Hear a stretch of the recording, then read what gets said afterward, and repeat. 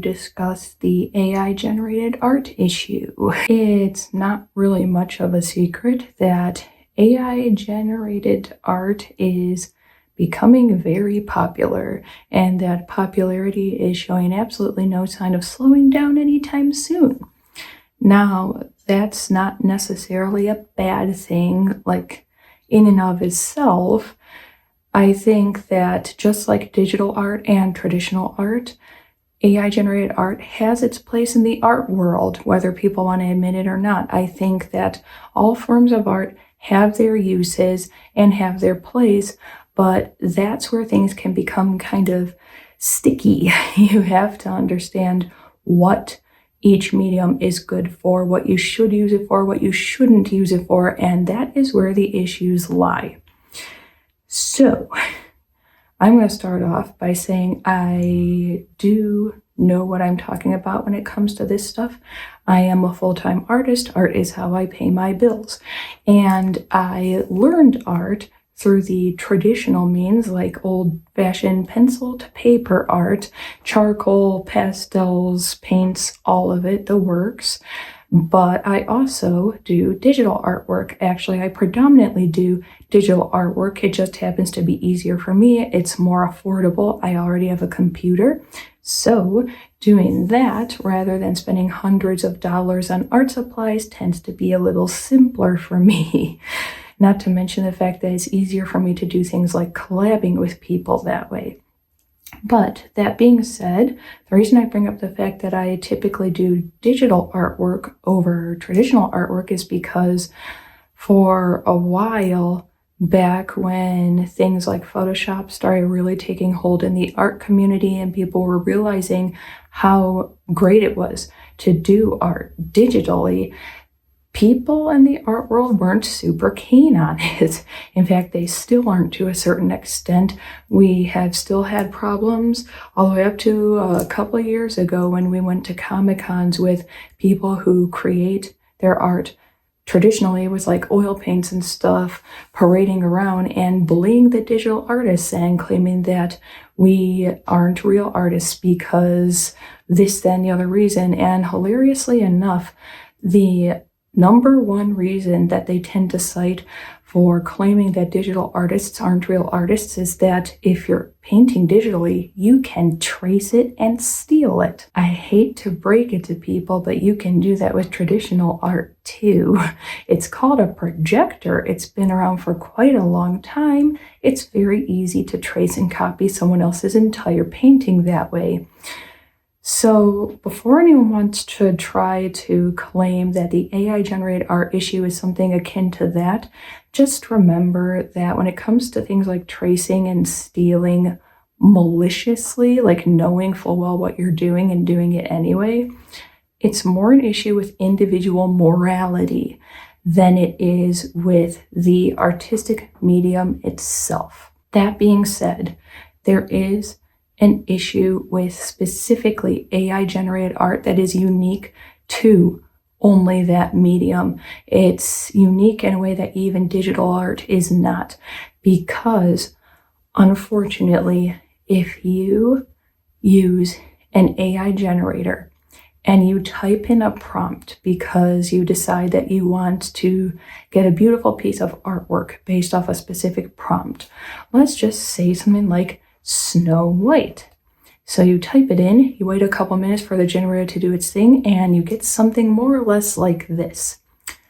Yeah, as cursed as that image looks, you can more or less tell that it is the Walt Disney Company's version of Snow White from all the way back in the 1930s. Every single image that it generated for me, and this was the DALL-E AI, arguably the most popular one out there right now, every image that it generated for me came from Disney. This isn't the only company that has this happen. Unfortunately, no matter what you type in, it's going to take things that already exist and hand them to you. I'm gonna use the human brain as a metaphor for why this is happening. So if you go to sleep tonight and you have a very vivid dream involving another person, and you can see the person clearly. They have certain hair color, they have certain facial features, like that is a person. It's not some faceless mask there in your dream with you. That person exists in reality. Your brain is not capable of inventing faces. The facial features have to have come from somewhere. So even if it's not like a family member or friend and it's just some random person that you passed by on the street one day, your brain is still going to remember that person's face. Maybe you didn't pick up on it at the time, but your subconscious mind just files it away for later, and then it comes out in your dreams. AI-generated art works similarly to this. A computer cannot invent art completely 100% unique. It cannot create art in that way. It has to get it from somewhere. So if you type in something like beautiful blue forest fairy, what it's going to do is it's going to grab as many pieces of art from the internet and photographs, all types of intellectual property, and it's going to compile them together for you and give you the best results based on what it thinks you want from the prompt that you gave to it. And the issues with this are that in some cases I've gotten something like the Snow White piece that was clearly 100% just something that belonged to someone else. And other times it's going to take like 3 or 4 images out there that match the prompt. It's going to Frankenstein them together, and it's going to create something based off of that. Regardless of which of those things happen, it's still theft if you do absolutely nothing with it and you upload and say, this is mine. And even if you are one of these people like on DeviantArt, for example, on DeviantArt, there's a rise in people posting AI-generated art. And granted, they are honest. They do post AI-generated artwork in the description. It still doesn't change the fact that someone else spent countless hours drawing that, painting it, finishing it up in whatever medium they used, or if it's, someone's cosplay, they had to make that entire costume.